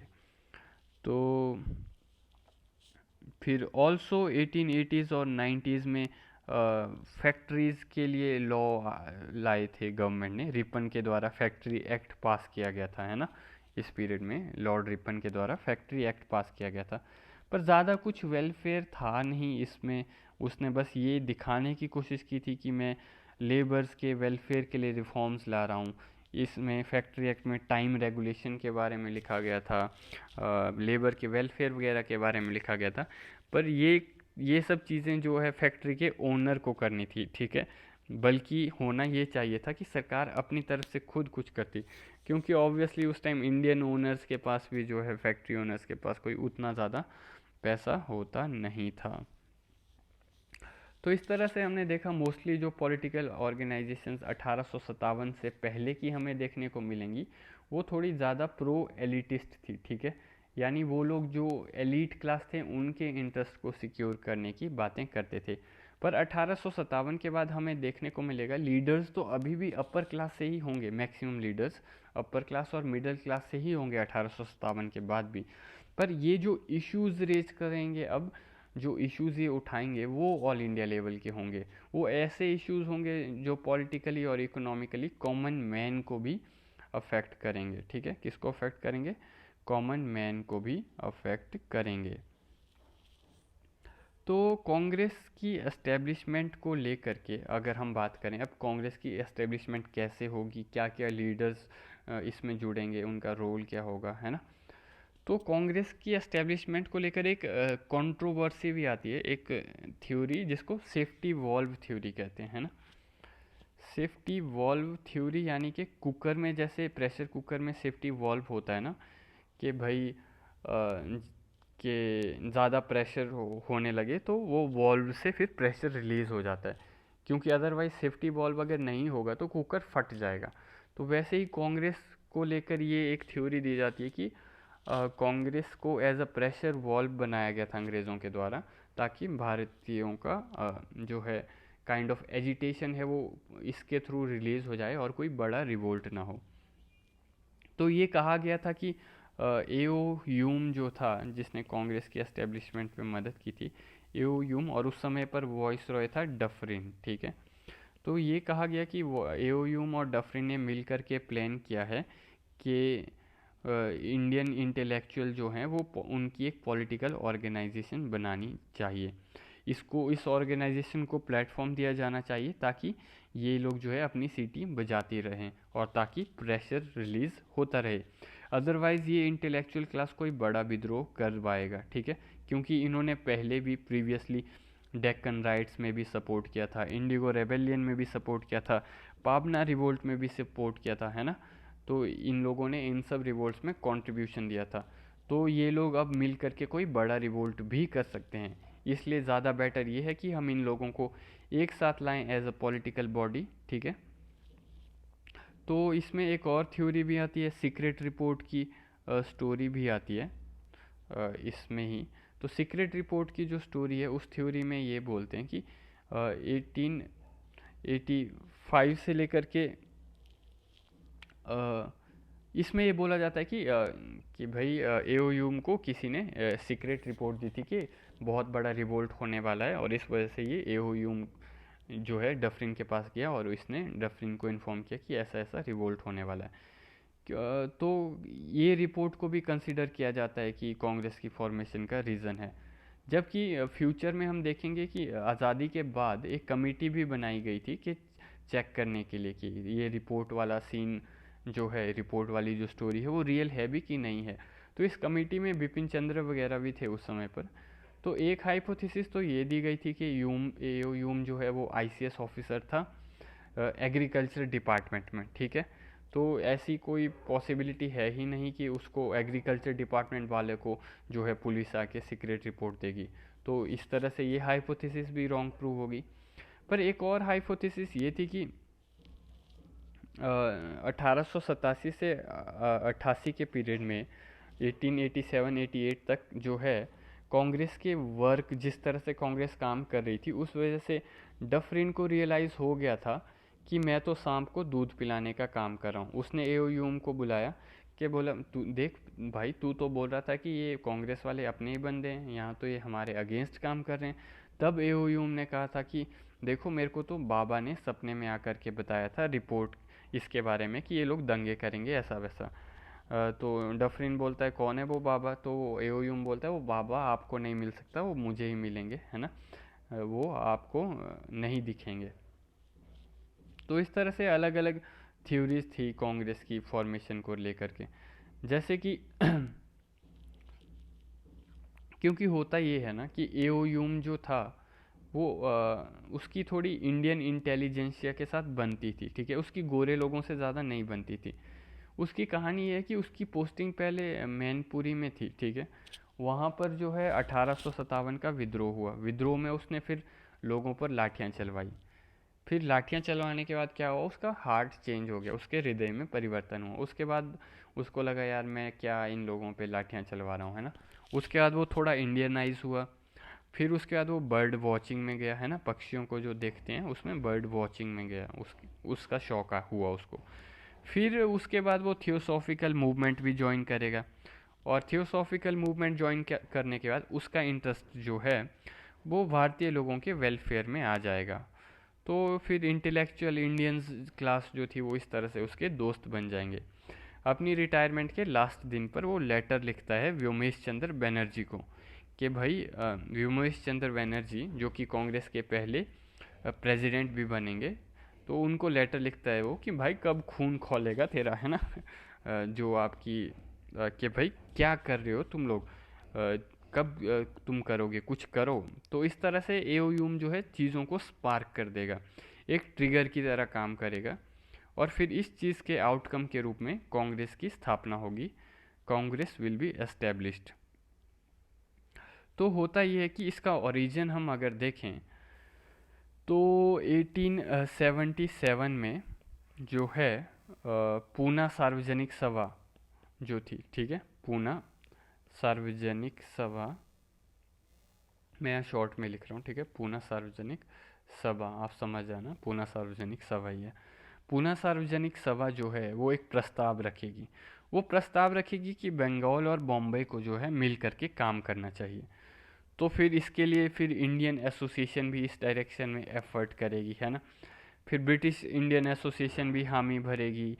फिर जो नेशनल मोहम्मडियन एसोसिएशन थी एक, अलीगढ़ की एसोसिएशन थी, अलीगढ़ वालों की ही, जिसका नाम था नेशनल मोहम्मडियन एसोसिएशन। वो भी कहेगी कि हाँ भाई चलो कोलैबोरेशन करते हैं। तो ये सब मिल करके एक नेशनल लेवल पर कॉन्फ्रेंस सेटअप करेंगे, ठीक है। तो फिर हम देखेंगे बाय द पीरियड ऑफ 1883 से लेकर 1885 तक दो नेशनल ऑर्गे कॉन्फ्रेंसेस सेटअप की जाएंगी, ठीक है। 2 नेशनल कॉन्फ्रेंसेस होंगी इस पीरियड में, वो सेटअप की जाएंगी। और फिर हम देखेंगे कि बाय दिसंबर 1885 क्या होगा कि बाय दिसंबर 1885 एओयूम जो है वो एक कॉन्फ्रेंस के लिए बुलाएगा, ठीक है। बाय दिसंबर 1885, ठीक है, एओयूम बोलेगा एक कॉन्फ्रेंस करते हैं ऑल इंडिया लेवल की। फिर ये पूना में करनी थी इन लोगों ने, और इसका नाम इन्होंने रखा था फिर इंडियन यूनियन रखा था इस कॉन्फ्रेंस का नाम। पर होता ये है कि जो है वहाँ पर बॉम्बे में, सॉरी पुणे में जो है बीमारी फैल जाती है इस समय पर। फिर इनको इस वजह से शिफ्ट करनी पड़ती है, और फिर ये इस कॉन्फ्रेंस को शिफ्ट करेंगे, जिसका नाम ये रखने वाले थे इंडियन यूनियन, उस कॉन्फ्रेंस को शिफ्ट करेंगे बॉम्बे में, ठीक है। पर फिर वहाँ पर इसका नाम चेंज कर देंगे, बॉम्बे में फिर इसका नाम ये इंडियन यूनियन नहीं रखेंगे। तो 28 दिसंबर 1885 1885 को ये लोग मिलेंगे बॉम्बे में।